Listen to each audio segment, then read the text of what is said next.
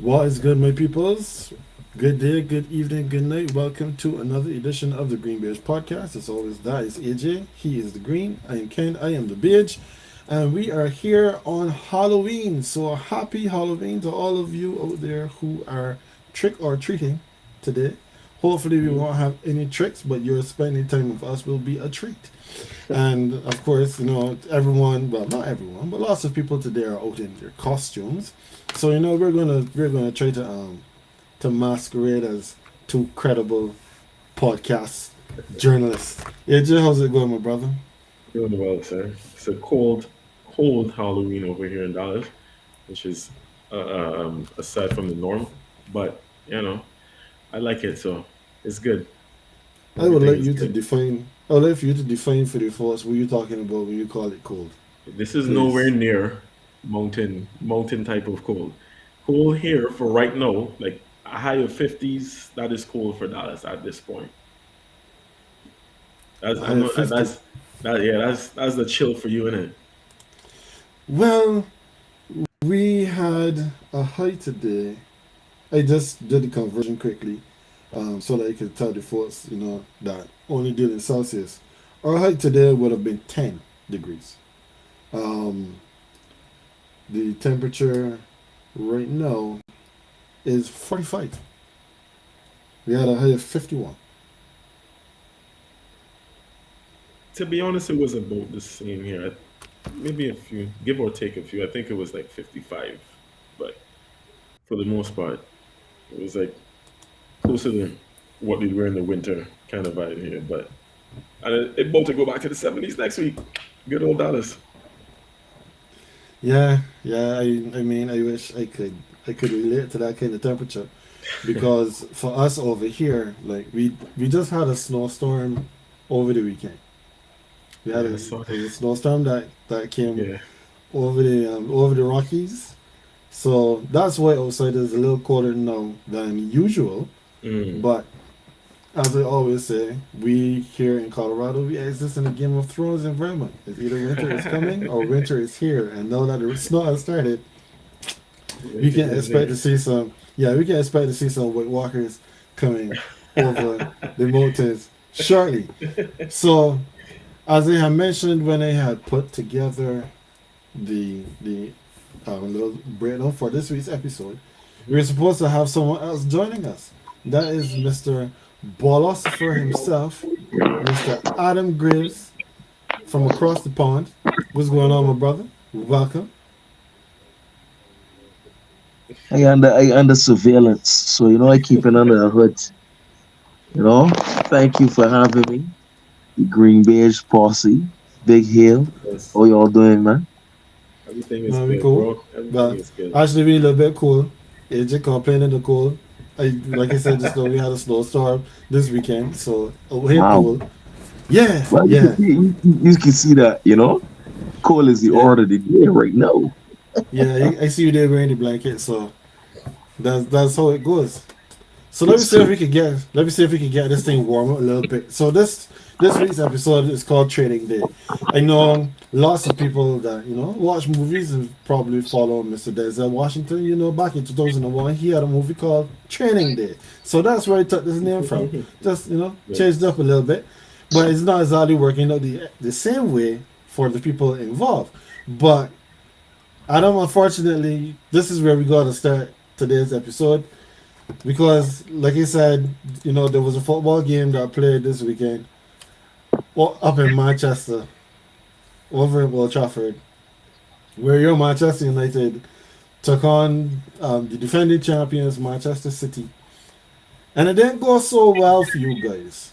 Um, so the question I was asking, because this week we're not going to do our usual weekend recap. We got too many other things to talk about. So I ain't got time to ask if this is cap or not. But I mean, I know you would say this is cap because the question is Manchester blue, because they came into your place and beat you 3-0. So as the Manchester United supporter here on the panel, how are you really feeling? Yeah. So you asking me how I feeling, or you asking me if that's cap? if the statement Manchester's blue is cap. I know that Right? you can say that it's cap, so we don't have to address that part. We could just acknowledge No that and move man, on. no man, no man. And if you're missing it, people, this is GreenBaje. This is one of the spots where I get a little spongy, a little bunks, a little introduction to the podcast world. So check out my rant every almost daily every week.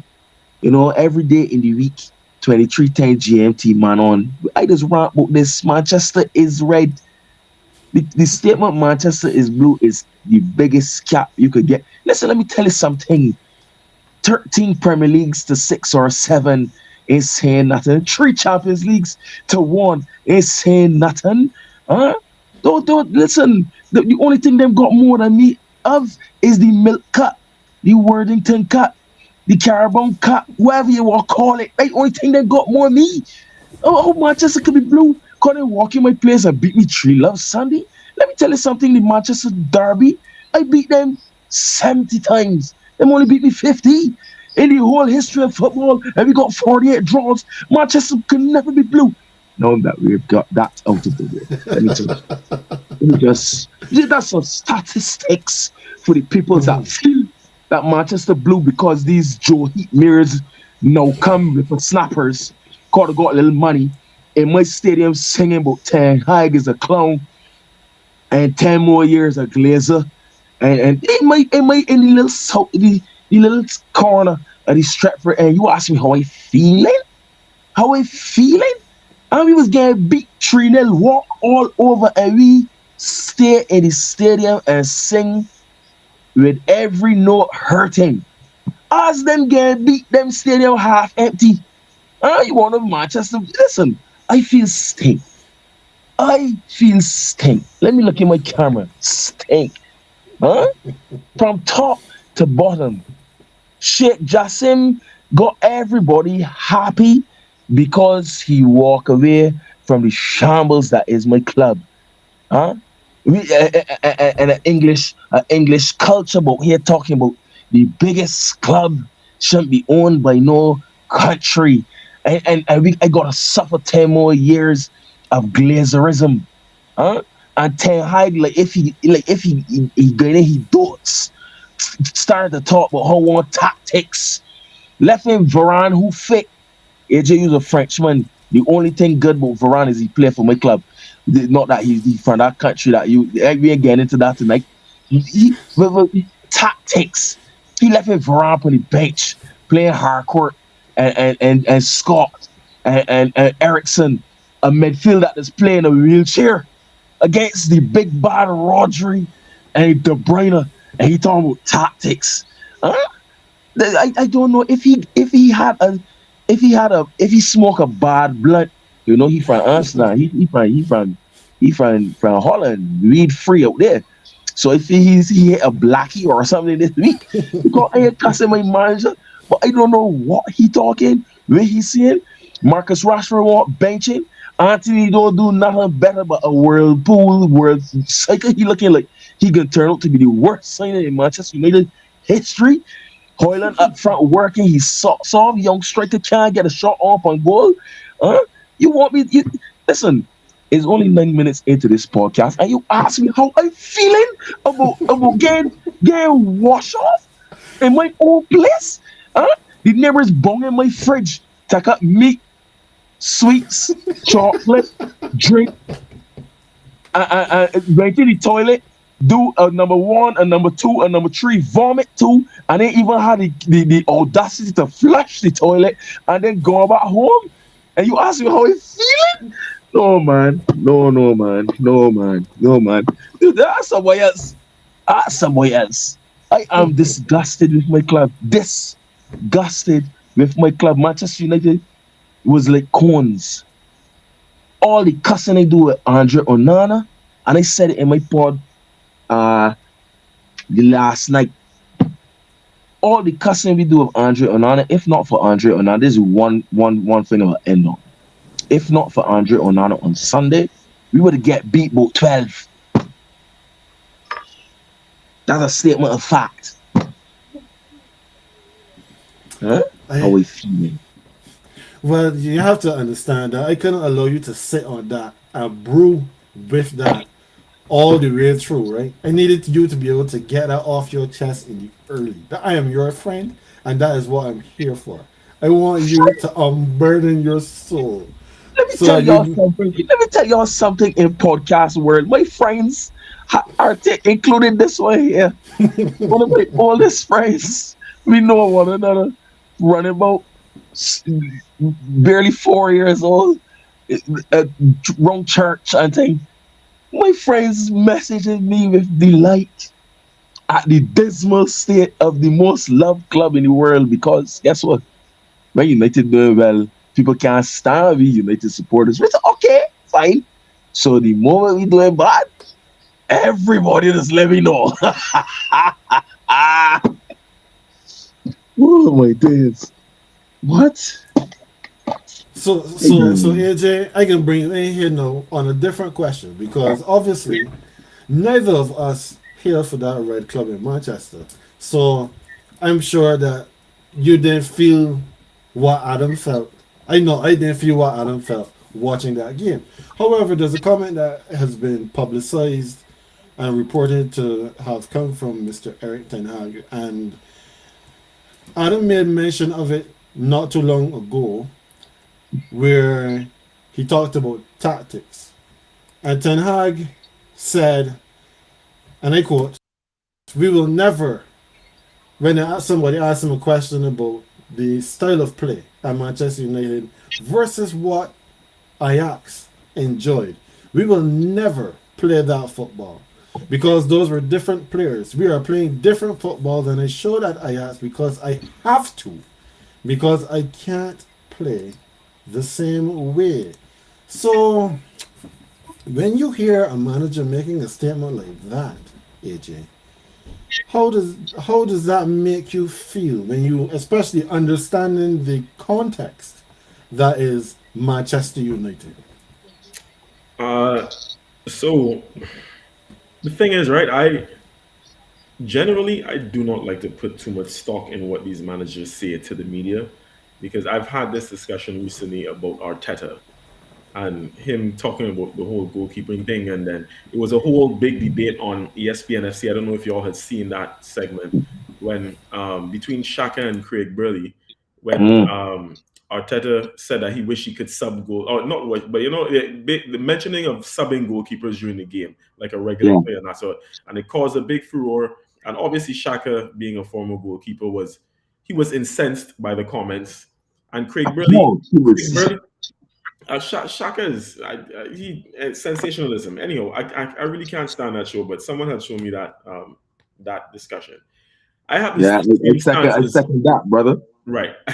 I had the same stance as Craig Burley during that. Like we're going to judge him on what he's doing, not what he's saying. So he could say whatever, but the fact of the matter is, Arsenal have their identity. We know what they're about. We know what they're playing. No, the difference with this and with Arteta and what Ten Hag is doing, and I didn't want to make this about Arsenal, but I was just drawing a reference because that is a very recent happening, right? The difference here is that Ten Hag has to understand his situation. He's in a very precarious situation.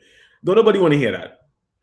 Like he could very well just be saying it, but it is the wrong time, and you are the wrong messenger to convey that sort of message at this point in time. You have the club has no identity. Like forget that. Even forgetting the fact that this is arguably the biggest club in English football. Oh, I thought you'd look up for that one. But anyhow, even looking back, Nah. I still look for a reason for that one. That I I actually mean, want you to hear someone else say that. nah, I was baiting you though. But yeah, forget the fact that it's the biggest club in English football history, right? The fact of the matter is you are coaching a club and you have been in charge for long enough that this team should have some sort of identity, that you should know what they're about. Either they're defensively solid or they're an attacking juggernaut, or you're keeping possession or something. Something. We don't know what Manchester United does. And that's despicable. And at this point, to just make those comments, like how it made me feel. As a football fan, I was like, bro, you can't be serious. As an Arsenal fan, I was, long may it continue. I had to Understood. wear it with two hats, so that's where I'm at with it. I got a response So to that go when ahead. Ken finished. When Ken ready. Go ahead, you can go ahead. All right, Oh, well, I can jump in fast then, and then I will let you come forward because this is your manager that we're talking about here, right? So when I heard this, and I've seen this in multiple forums over these last couple of days, and and one of the sentiments that was being expressed in a lot of them by quite a few Manchester United supporters was that Ten Hag was hired by Manchester United because of the style of play that he had instituted at Ajax. And the expectation that the fans, especially, would have had with him coming is that Manchester United, with supposedly better players, would be able to adopt the same playing style that Ajax had and do it more effectively. And therefore be able to reach the heights that Ajax had done as well. Because you remember his Ajax team won the Eredivisie, they did very well in the Champions League, and this is with a bunch of youngsters, players that, as we were saying, no come down. They're no getting to develop in their professional careers. So for him to make a statement like this now, especially with the amount of money that Manchester United has spent in his tenure, bringing in players that he would have wanted, like an Onana, like an Anthony. You already had a Donny van de Beek, who people thought that Ten Hag coming in, Donny van de Beek was his captain at Ajax. You will be able now to unlock him because all of the other managers that he's had at the club before have not been able to do so. And now you come out and you make a statement like this. Well, it kind of rubs people the wrong way. As you said, AJ, he is not the messenger for a message like this at a time like this when the team is struggling because you're not playing the football that people thought you were going to play. The team does not play any particular kind of way. You don't know what you're going to get from them game in and game out. Are they going to sit deep and absorb pressure? But that's usually not what big teams do, especially when they're playing against teams that you expect them to be able to take the game to. Are you going to be trying to dominate play down the flanks? Well, you don't do that because your wingers like to cut inside and shoot the ball. They don't like to cross the ball. Are you going to build the ball up through the middle? But when you look at the players that you have, like a Bruno Fernandes, that is your club captain, then what are we really doing? So I can plug out here. I can allow my Manchester United fan, my brother Adam, to Yeah. respond because I'm sure he has something to say about this. No, I am I'm not prepared to give Ten Hag full licks yet. For a multitude of reasons. Uh, and I can list some today. We addressing this statement. No, just like typical media, we'll take a statement out of an excerpt, blast it, and it will have an effect out of context that was made in context. I'm not sure how many people watch or care to watch a Manchester United press conference or when it was said, but journalists also have the knack of baiting, as AJ just trying to bait me, of baiting men, especially when managers in the hot seat or in a precarious position, on a position that is generally felt around the footballing world. So to the current narrative around Manchester United is, oh, them don't have no style. We can't recognize. Wait, what do they play? Cool. This is the same Manchester United that 5 months ago the majority of mainstream media was praising the same Eric Ten Hag that they were praising for changing the attitude around the club, and the club is on the up, and this thing and the next thing. Let's not be fickle as the mob is. The same Manchester United that Arsenal have to look over their shoulders because they bottled the league, and Manchester United is coming because Eric Ten Hag has this and that. And this is the same United with pretty much the same players. And no, we don't have a stud. That's point one. Point two. United with these players have slipped again back into a reclusive mindset of counter-attacking football.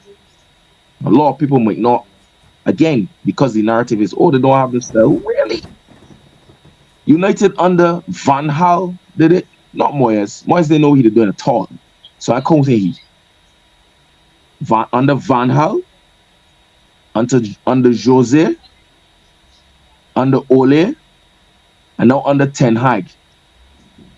Manchester United, each and every single time, started with a style similar to what that manager liked, and then based on a number of things, injuries in every single case, player disagreements, every single case, and then pressure from being the Manchester United slip back into that counter-attacking, or everybody gonna run at me, so we can sit back and try to depend on an individual moment of brilliance, or a counter-attacking style of play. Van Gaal, Di Maria, Falcao, we could call them Jose, Pogba. Remember what I said? Injuries and disagreements of players. Ole, same thing. So when Ten Hag last season started to adopt the playing out from the back, the sternness of Martinez, who get cussed when he first come to, and then turn into, oh, he's one of the signings this season. Casemiro, or he's past it. Then he turned into one of the signings this season. Now all of a sudden he's a stopgap. Casemiro, he passed it. Blah, fine. We're going through a horrible patch because of a number of things. But I refuse to buy into this false narrative of, oh, Manchester United don't have a style. Now to finish that point, and thirdly, on Ten Hag's actual statement, Ten Hag said, we will never play the way Ajax played, and followed what I did at Ajax, and followed it up by saying, I had different players at different stages of their careers. But nobody gonna post that. Nobody gonna post that. That ain't gonna hit as solid. That's not gonna hit as solid as, I will never play the same way we play at Ajax. What? And you getting paid right now? And you did so well at Ajax? Why would you say that? He also then went on to say that a lot of players are not pulling their weight. This very same press conference, yeah? The very same press conference. But that ain't gonna hit as hard neither. So I am not going to paint Ten Hag yet, despite bringing in an Anthony who he's not getting anything out of. Bringing in an Onana who start about as choppy as the waters off of Alaska. Bringing in falling out with Sancho. Sancho fall. I would say that. I waited to see he wrong South London. Don't worry yourself. I waited to see he's drive out wrong South London and always got a pretty thing. And he anyway, let me not out the man. You know what I mean? The team. But Marcus Rashford, continually playing Marcus Rashford. Marcus Rashford is so entitled in my side. You know what I mean? Men calling for Bruno Fernandes to be dropped. I'm sorry. Bruno Fernandes is the man that has met the players, clap, the fans very look awful and get paint. A lot of people don't like to talk about that. They'd rather talk about the whinging, moaning Bruno Fernandes when he again he wait on the pitch. And it's not that I like that either. You know? But my team in the doldrums. So everything negative right now, they shine bright like a diamond. So,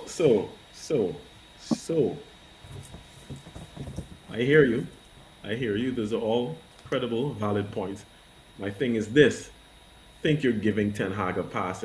And the thing, I don't like to do these comparisons, but I just want to draw from my experience because I was at the point, I will admit, I was at the point a few years ago where I was Arteta out.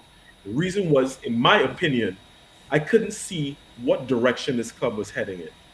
Like I couldn't tell what the signings were supposed to be doing. There were a number, and I'm pretty sure Ken should remember this. Oh, I don't know if I you remember. can. You watch on the pod, brother. Oh no, And because you the, agree with re- it. the I'm reason telling I you. say so, the reason I say so is because I know more so I vented to other Arsenal brethren about this, but I'm not sure if I had done this in the chats, right? What I mean specifically what I'm about to say. When I was, but you know how many of some of the earlier signings I cussed?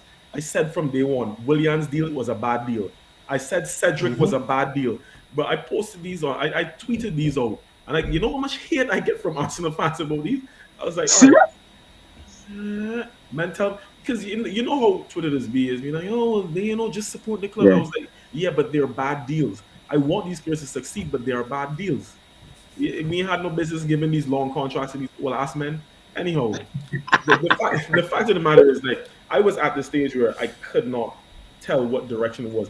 I don't. As soon as I realized when Arteta started making the signings that we could say are his signings, when he became the actual manager, basically the bump up from being head coach, and I could tell that, all right, this is what he's trying to do. I was off of that hype about Arteta out. It's not even about the results or anything, right? I'm saying this to say I understand that United is going through a bad patch, but you see, I feel like a lot of those things that you just mentioned that are going bad, this is Ten Hag job to fix, buddy. If Oh, players, no doubt. if you're not No getting the doubt. best out of players, that's what you No are for doubt. as a manager. If you and No doubt. see the thing about the comment about he had different players at different times of their career. It is, yeah. While yeah, at different ages, yeah. While that could hold some weight, I also think it's a cop out from Ten Hag because you just bring in a number of young players, though. You brought in a number of young players. Now, not all of them are going to work out. I kind of agree with you. There has to be something a bit more to that Sancho scene. I don't think this is just Ten Hag.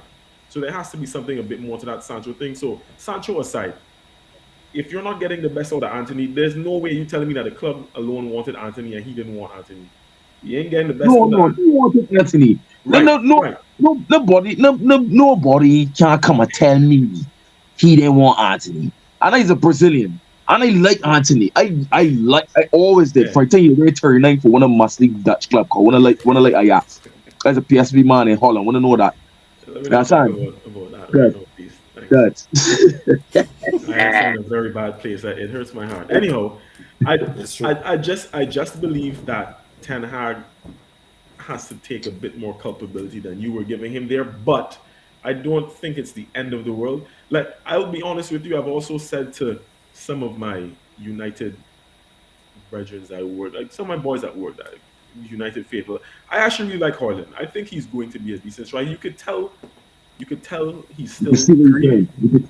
You can see what he wants to do. Yeah. Yeah, you can because even in that same game, there were times when if he had a better like decision making in that final third, y'all could have had a few more opportunities. The, I'll give you what? I'll give you this. Mhm. His youth.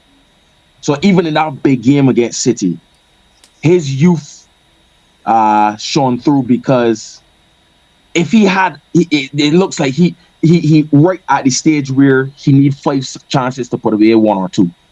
You know what I mean? But he putting himself in that position. You know what I mean? So like, but he doesn't have the support to like. I got two wingers that don't walk across the ball. I don't see what it goes away like. because they ain't alternate wingers. But Holland can develop. I really believe so.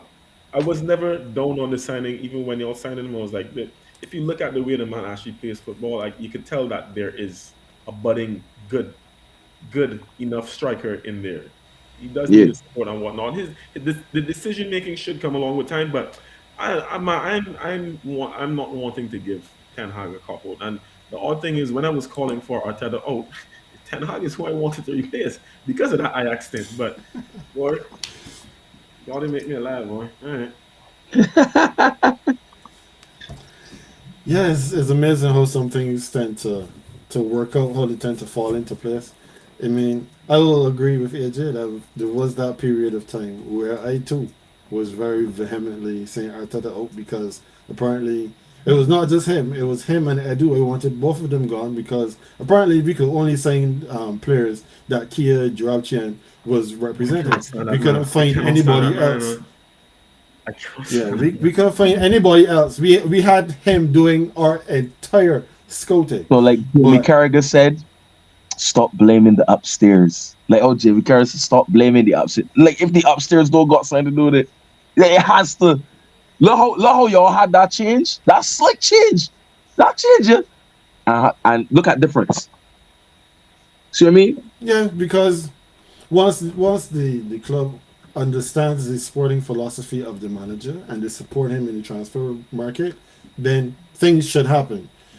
Like it just said though, I too believe that Ten Hag saying what he said is a bit of a couple because it's not like if the club has not backed him with money. It's not like if they've not gone out and gone on players that he wanted. The team should look better than it does right now. You have to fix it, sir. Yeah. And you saying that this is, I'm a little bit hamstrung. Well, that ain't gonna fly here at this point. Dang it, Flake, even and not to think, even the great Sir Alex Ferguson when he got it wrong and we cuss him. And said Fergie doing ignorance and what's not. He looked to turn it wrong. But he just shot in the same players that he bought. You know what I mean? In recent memory, Bebe, David Bellion, them kind of men that Gabriel Obertan. My God. You know what I mean? Like, okay, yeah, workout. Sorry, fella, go ahead. But it's almost like if Ten Hag trying to let me use will Anthony into listen, nah, he's the and I'm not saying it. I'm not saying it. I agree with you. It's definitely his job to fix, brother. I can't disagree with you all there.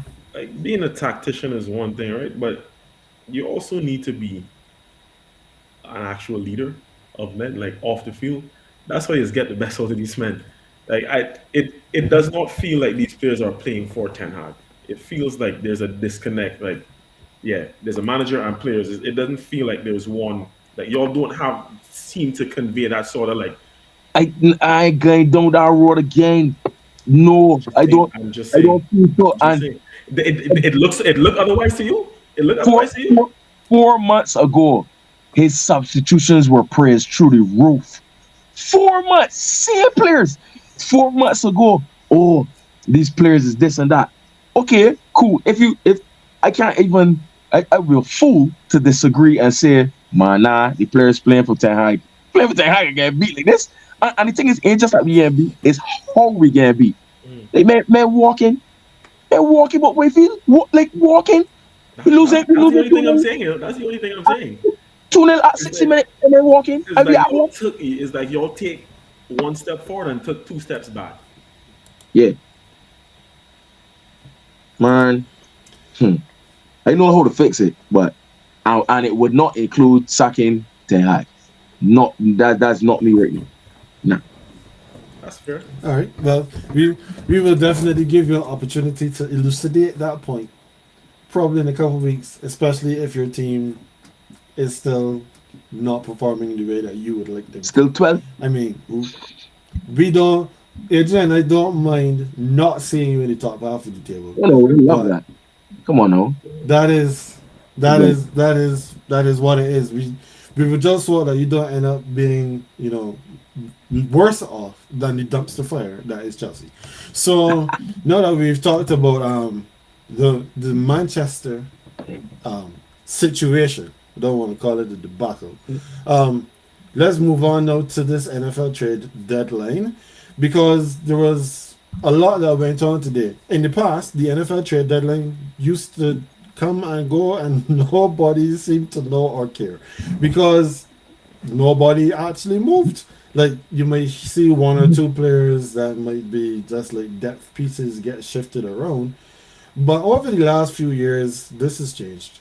We have seen bigger and bigger names at least get rumored to be moving, and then this year especially, we've seen some of, I guess, some more substantial names get shifted. By my count, there are 14 trades that were made. Well, I guess you should say relatively impactful trades that were made over these last 8 weeks of the season. Some notable names: Chase Young, former first round pick of the Washington Commanders. He was traded to the San Francisco 49ers. Those 49ers also picked up Randy Gregory Who? after Denver decided that he was no longer required. Miko Hartman, he was with the Jets and now he is back with the Kansas City Chiefs. Probably didn't like his contributions this weekend, but we move on. Joshua Dobbs, the quarterback, he was the starting quarterback for the Arizona Cardinals. He is now moved over to Minnesota because they lost their starting quarterback, Kirk Cousins, to a torn Achilles. So, I mean, there are others. I don't want to spend the time just reading a whole list. So, AJ, which trade of these that we've seen consummated over these last couple of weeks, especially these last few hours, do you believe is going to be the most impactful? I want to hear this. Ha ha. The most impactful, honestly, for me, it's on the defensive side, and it was. It's not even one, but it's two. Okay. The Chase Young one, that surprised me not in the sense that I hold on, let me how do I want to put this? Okay. I was it's almost like half and half, kind of on the fence. Because when he was treated, I'm like, all right, I don't feel like that has come out of the blue. Washington are really bad. Obviously they have a new owner and everything, so like this is the kind of thing that happens, right? Sometimes you just hit and rebuild. I think what had me in shock more so was where he got traded to. Like a coworker and I were like, nah, well, it seems like the NFL gonna have to put blocks on the 49ers trading, like similar to what they did years ago with the Lakers and blocking Chris Paul going to the Lakers. Yeah, it feels like they're gonna have to do that because how are they? And you even said it in the chat, Ken. Like these men are just collecting defensive ends like the Infinity Stones, bro. How is this happening? I I I thought Chase Young would have ended up somewhere else, but um, to see him end up at the Niners, I think is going to have an impact. Obviously he's come back from a lengthy injury layoff. Don't know if he hasn't been his best this season, but I still think he can add something, especially in a team that defensively this year they have not been able to rush a passer as effectively as they did last year. I think he can add something there. The other one that I would say it didn't surprise me at all because when I watched him playing, when I actually saw there was a point in time I was watching the Packers play, and I saw I saw Rasul Douglas make a tackle, right? And I was like, yeah, this man going to get traded too. The Packers ain't going anywhere, and I can't see how they're keeping him, right? Lo and behold, he gets traded to Buffalo. I like this trade for Buffalo as well because of the fact that they have a lot of injuries and on the defensive side as well. I think I highly rate Rasul Douglas. So I think this is going to be impactful for them. I'm actually surprised that they didn't make a move offensively. If I don't, unless you will have to correct me if I'm wrong, but I can't remember them making a move offensively or what have you. Um, yeah, I would have liked to see my guy Devontae traded, but the Raiders ain't gonna give him that No, no, satisfaction brother. right now. Yeah. But it's those two for me though. It's those two for me. Also, I kind of want to add. I'm surprised that the Vikings did not try to get something for Daniel Hunter. That was the one I was. He was another player I was expecting to be traded. So I was actually surprised that he's still with them, given how their season has and is continuing to grow. I don't know. I guess they feel like Josh Dobbs might help them do something. I don't know.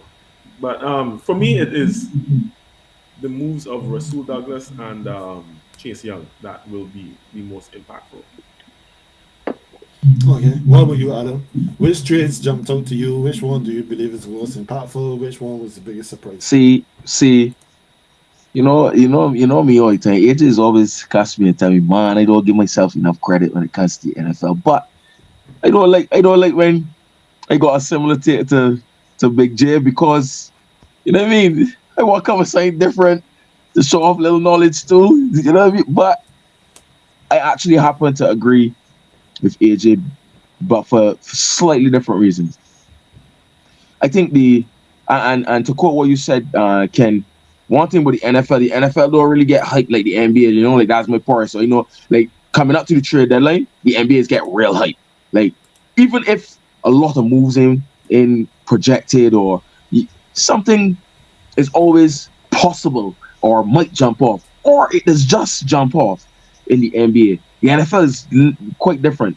As y'all guys know, the NFL is more about off-season moves, big off-season, out-of-season moves, and so on and so forth. But I'm happy to see that teams that needed um, um, pieces because of injuries, like the Minnesota, like the Buffalo, made moves for players that they would have needed that could possibly help them with maybe a run. Especially since, unfortunately, Kirk Cousins, yeah, boy, for my fantasy teams, my fantasy teams in the NFL has been struggling anyhow. And they got Kirk Cousins, and Lord have mercy, man, going to mash myself. So, I was surprised about that. But it was a happy surprise, if that makes sense. But with the Niners, brother, I cast your minds back a couple of seasons to when us believers in Thomas was renting condos in Tampa.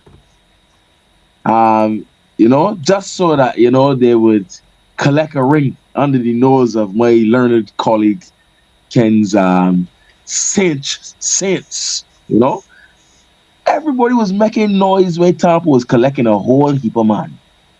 My memory in that, and y'all correct me if I'm wrong, if it's somehow different. When we collecting the running backs, and Tampa collecting all these old men, even when they had Antonio Brown for that short stint. Okay, thing. The 49ers seem to be filling the roster with nothing but gunflint, gunpowder, and bombs over Baghdad. Because if the Niners don't win with the moves that they're making, the Niners want disbanding from the NFL. Real talk. It's because to add, and I got it right down here, so in my notes, if I may, sirs. Um, oh, there, I lost the page. Hold on. Okay, here we go. So the 49ers get Chase, yeah? Trade for Chase. Then the 49ers get, or reportedly supposed to get, hang on. Well, they're wondering how he can fit with Nick, yeah? But that's a beautiful headache to have as far as I'm concerned, because one or the other, really and truly, you know what I mean? Either or is lashes that coming. But if the 49ers with that team, yeah, and a record of, what's the Niners' current record? Because they just lost. I think they lost to the Bengals. 5-3. They just lost to the Bengals, right? Right. Yeah, they just lost 3 straight. They lost, right. Just lost three. Oh. So the 5-3 after starting the season so hot and get bunks quick, fast in a hurry in them 2-3 games. I know make these moves. Tell me, I want y'all to tell me why it is, or why the Niners wouldn't win. That would be my question. That's my novice question. Why with these moves now, after the start they made, even with the losses, why the Niners wouldn't win? And I don't really like Niners, but I just say, let me go to excuse. Well, the challenge that they have is that they still are working with Mr. Irrelevant at quarterback, who, for as good as he has looked over the last however long, well, he had what, 16, 17 game win streak? He has come back to earth. with quite the bump Bro, over these last 3 weeks, right? So that is number one. And number two, while their pass rush is really, really good, and they have a really good safety in Hufonga, I don't remember how his name is pronounced right off the top. Their corners are not that great because you can't pay your corners if you are probably allocating 60% of your cap to your defensive line. So if guys are able to block, then you have they can be got on the back end. So those are things that they have to consider. The acquisition of Chase Claypool, what it really does give them, along with what they when they picked up Randy Gregory earlier, it gives them the opportunity to not have Nick Bosa on the field all the that's time. what he's saying. So that gives them an opportunity to get a rest, to take a blow every couple plays. It also gives them the constant rotation. You never get a break because of the fact that you have so many pass rushers, but you can still only do so much. You can't put four pass rushers on your defensive line because when everybody's rushing, is that when everybody's flying going to the backfield, then they can easily then create holes for their rushers to get through, and then they're already at your second level. So I believe that it will have an impact. When I look at the trades, when I look at the list of the names that have gone, I was surprised that Joshua Dobbs was the one that was picked up by Minnesota. But then I saw that Arizona, the coach said on Sunday that, well, right after the game, yeah, Dobbs is going to be our starter. And then came back on Monday and said, sorry about that. I was speaking out of turn. So he decided that he was done with Dobbs, and Dobbs would have been cheaper to pick up than Jameis. Jameis was the guy that was expected to be on the move, but then, like I said, I didn't want Jameis gone because I like Jameis. I wanted necessarily to start at this Too point. much turnovers. Too much turnover. He a bakery, man. He's a bakery. Yeah, but I like Jameis. I like Jameis. So if we kept Jameis, and I felt good about that. But So can I just I mean, mention? Can I just mention that sure. on the Dobbs on the Dobbs point?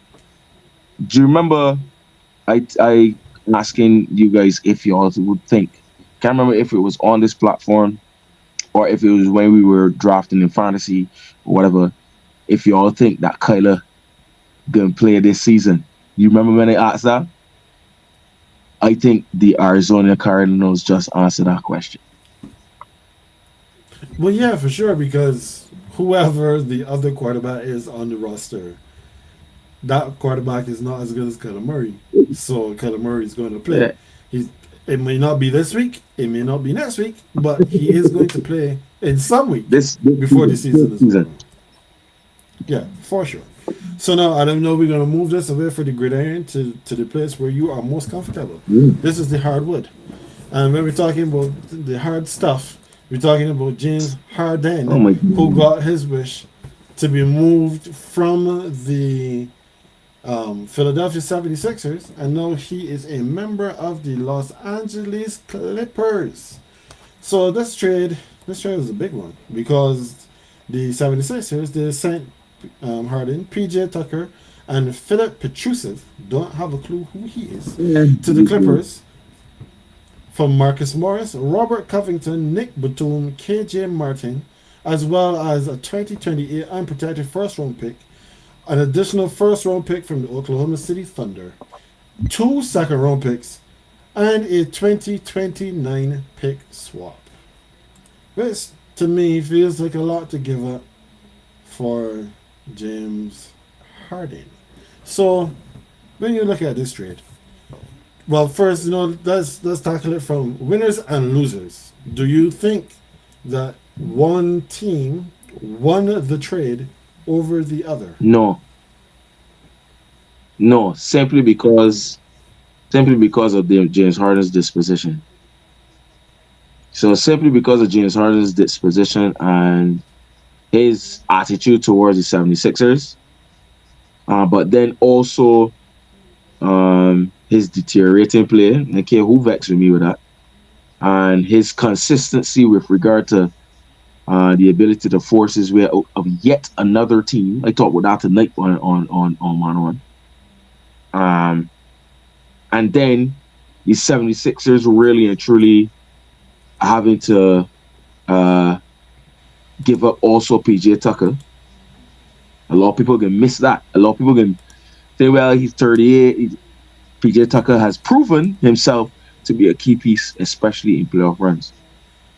So they also had to give up PJ Tucker.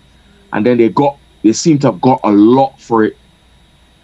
But they didn't get a lot of much. It looked like a lot, but James Harden contract is huge.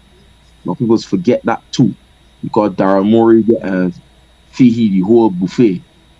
You know? $36.5 million. My God.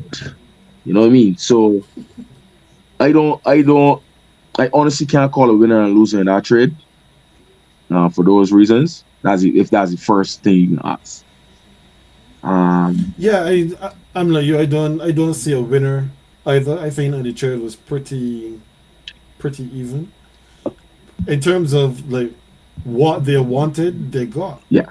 and then some. Both of them. Because the Sixers, they said that they weren't moving him for less than two first. They got the two first, and then they got a whole heap of players on the back end as well that will be able to come in and give them some quality minutes immediately. Yep. Yep. For the Clippers, when they get Harden, we have to see how that fit works. PJ Tucker, as you said, I mean, if memory serves me correctly, he played for the Clippers before. Yeah. I think.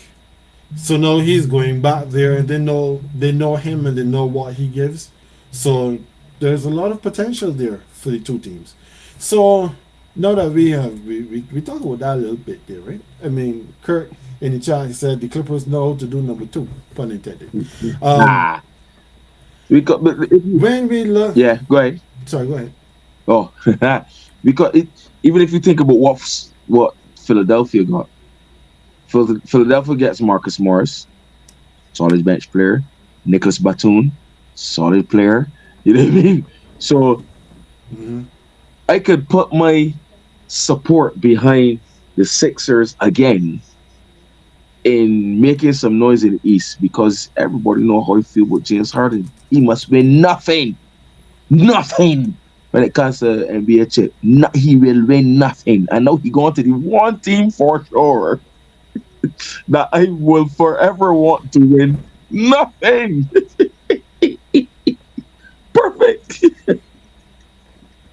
Yeah, I am there with you on that because everybody knows, similar to you, that I hold no love for James Harden in my heart. So him getting this move over to LA, well, fair play to him. He was able to get the move that he wanted. But I am surprised that teams are still willing to trade for James Harden and bring him in. Because, okay, James Harden, when he left OKC, he left there as a free agent. And he went to Houston. But then he threw his toys out the pram to get out of Houston. So he leaves there. He offered a deal at OKC. Yeah, he was offered a deal, but he just decided that he wasn't going Offered to the take it. best possible deal as a bench player ever at the time ever in NBA history. A lot of people don't remember that text. But go along, carry on, my brother. Like in Stephen A. fashion, carry on, my brother. But okay, so he had the offer on the table in OKC. He decided he didn't want that. He wanted his own situation because he no longer wanted to be in the shadow of a Kevin Durant, nor for Russell Westbrook. So Daryl Morey decides, well, I'll bring you to Houston. I'll give you That he gonna play with no. Carry on, my brother. I'll give you the keys to the kingdom. Have the keys, and you come down to Houston, and you can basically do whatever you want. And then he throws his toys out the pram to get out of Houston. Restaurant that he played with in Houston too. Carry on, my brother. So then he ends up in Brooklyn. He goes to Brooklyn. Is him, Kevin Durant, and Kyrie Irving, and well, they didn't make the mistake that the Heatles made when they had the press conference when they're talking about all the championships that they were expected to win, Thank but God. they were the they were the presumptive favorites going into the season, I get it. and then I get it. Let just tell them myself that be here in the ear. Young says murder them. there you, there you go. And then that happens one season, and then the next season, well, Kyrie Irving decides that, I want to be an activist more than a basketball player, so I'm not turning up to work. And then Harden says, well, really and truly, I don't like it here, so I'll throw the toys out the prom again, and I'll get my move now to Philadelphia because Joel Embiid he's the best big man in the game, and me and Embiid are going to be the next Shaq and Kobe. And then he I goes, wish he that their words would a eat off his tongue like raw peroxide. Huh? Utter greatness out of his mouth and compare himself to it. Huh? Fat soup. Anyhow, carry on, my brother. so then he goes to Philadelphia, and he and Embiid have colossal failures in the playoffs. They play very well in the regular I can season, sense and they disappear. yeah, I can sense your And then they disappear in the playoffs. like they both Joel Embiid, singularly and yes, more collectively. yes, exactly. They both just vanish when the lights get brightest. But then they get in a press conference and talk about how but the two of us can't do it alone. Well, you didn't do anything because everybody else had to do it because you didn't show up when they needed you the most Tobias Harris and Tyrese Maxey are your two best players in the playoffs. What did you in the do? playoffs. What did you do? And this is with sorry, Hold MVP on. Joel Embiid. No can get no. MVP Joel Embiid because Joel Embiid, according to who you ask, was robbed of the MVP before because Nikola Jokic was not supposed to be MVP. It was Joel Embiid because Joel Embiid was doing all of this. He was doing this and that and so on and so forth. The Nikola Jokic You know, averaged almost a triple double last season. That one, the Nikola that Jokic one. that went all the way to the finals, washing the Lakers in the process. Averaged a triple double in the said same fight. That Nikola Jokic, that one, That Nikola that played Jokic. every game of the season last year.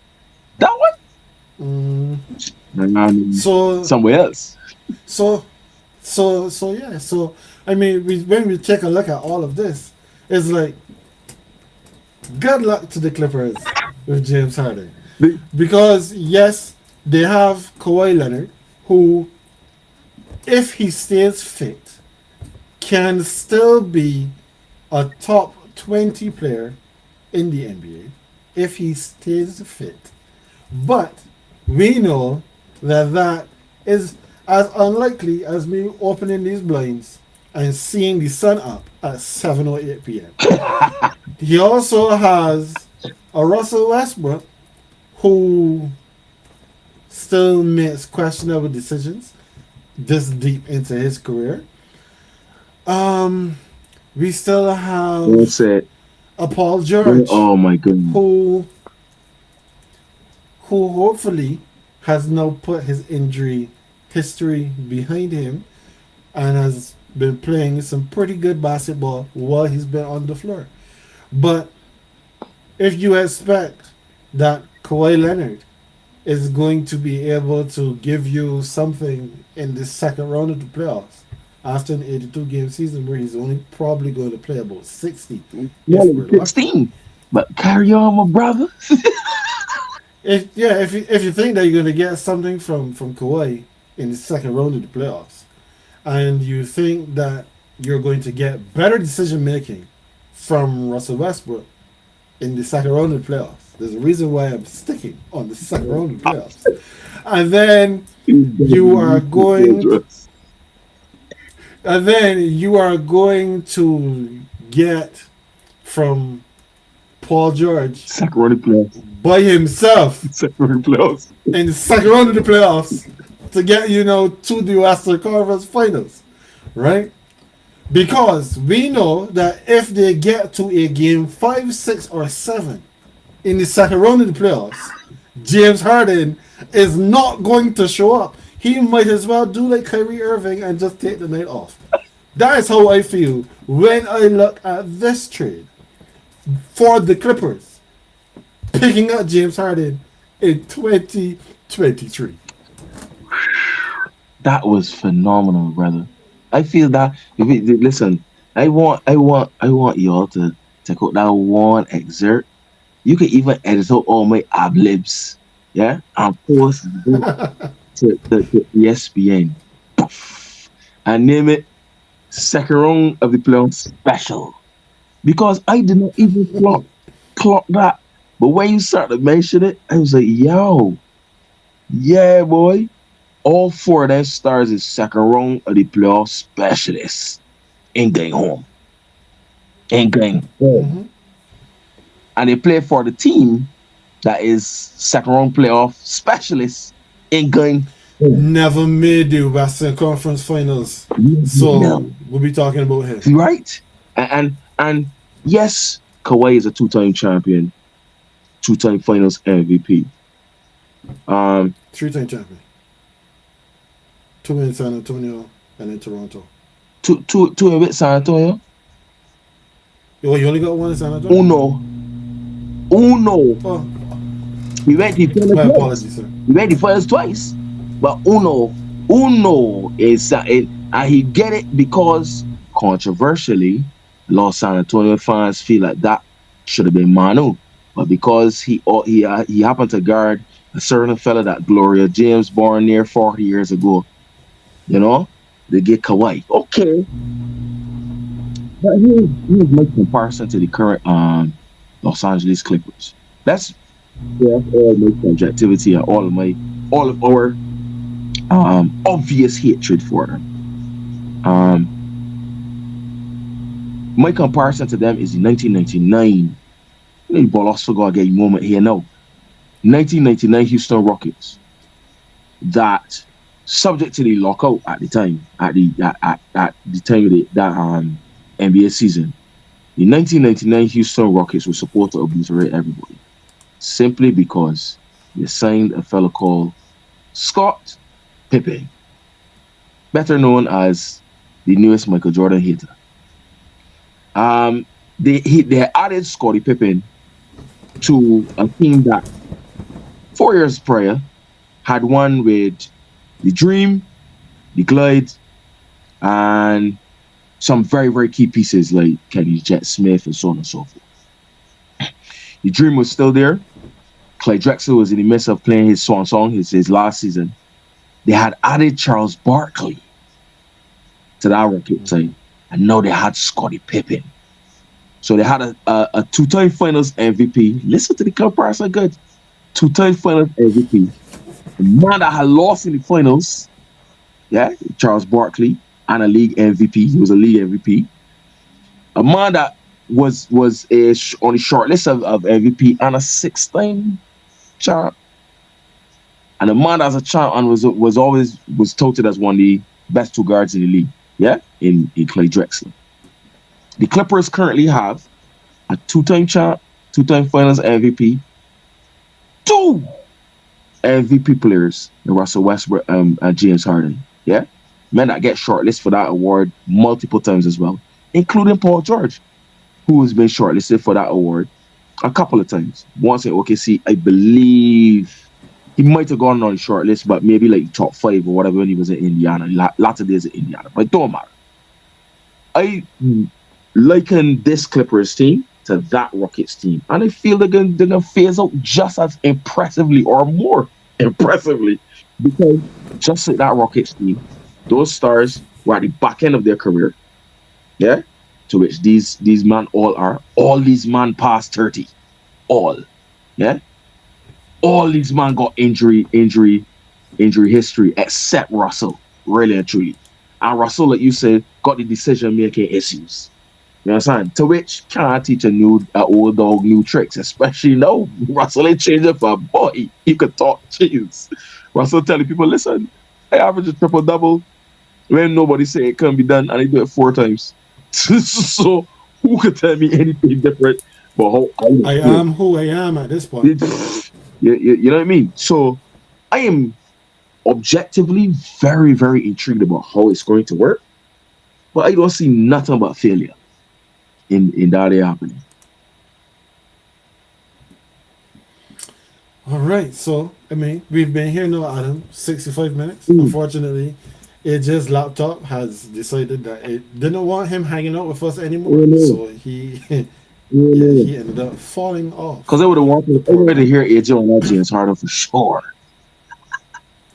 Well, hopefully next week we will have a chance that he can give us his philosophy Yeah. where this particular move has gone. So as we wrap up today's episode, you've made mention of Man On. Tell the folks again what Man On is, where they can find it, and when it happens. Yeah, so Manon happens every day in the week, Monday to Monday to Thursday, I should say. Um, I toyed with Sunday, so I had one on Sunday. After that, abysmal Manchester Derby, and it's a sports rant pod. So it is me ranting about the teams that I support in various sports. So everything from football to NFL to basketball to Formula One to any team or player I support, or any particular issue or hot news topic regarding that sport may also be mentioned. And it's random and it's held on Instagram live every Sunday to Thursday, I should say, at 23:10 GMT. So based on wherever you are in the world, man on 23:10 GMT, 10 to 20 minutes. Come check me out. Instagram, Jean-Marc underscore Maximus. And if you want to hit me up on X, formerly known as Twitter, Bolosfa 005. Right, and I've seen quite a few of the rants. They're always entertaining. So I will encourage you to check out Man On. He said 23:10. I know at this point, because your clocks have changed and my clocks have not, there's 6 hours between us as opposed to the usual seven. So 23:10, which is 11:10 p.m., is 5:10 on the mountaintop. So I'll just do the math for everybody else. That's 3:10 p.m. for you guys in Caribbean. That's 4:10 p.m. for the folks over by AJ in the central time zone. And for those that are an hour behind me, then that's 2:10 p.m.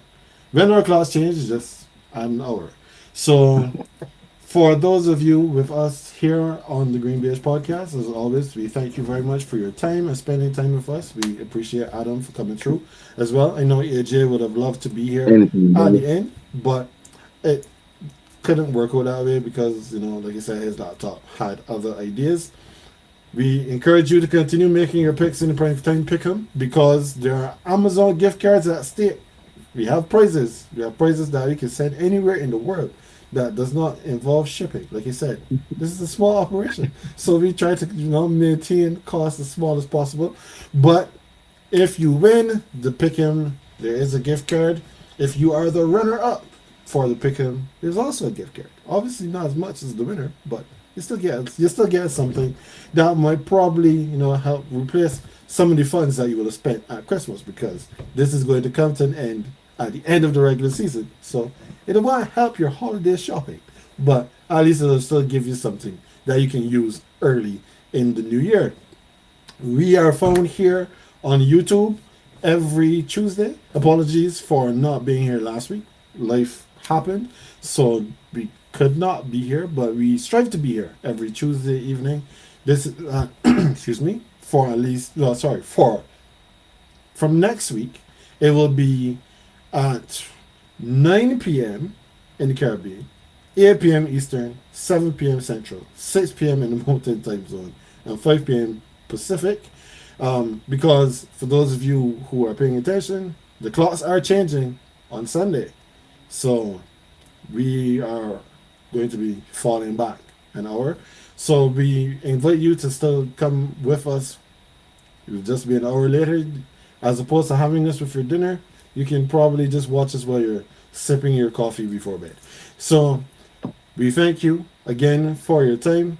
We ask you to continue to like the video, subscribe to the channel, hit the notification bell so that whenever we are on, you can see us and you can be with us. So at this point in time, I'm sitting on the green side.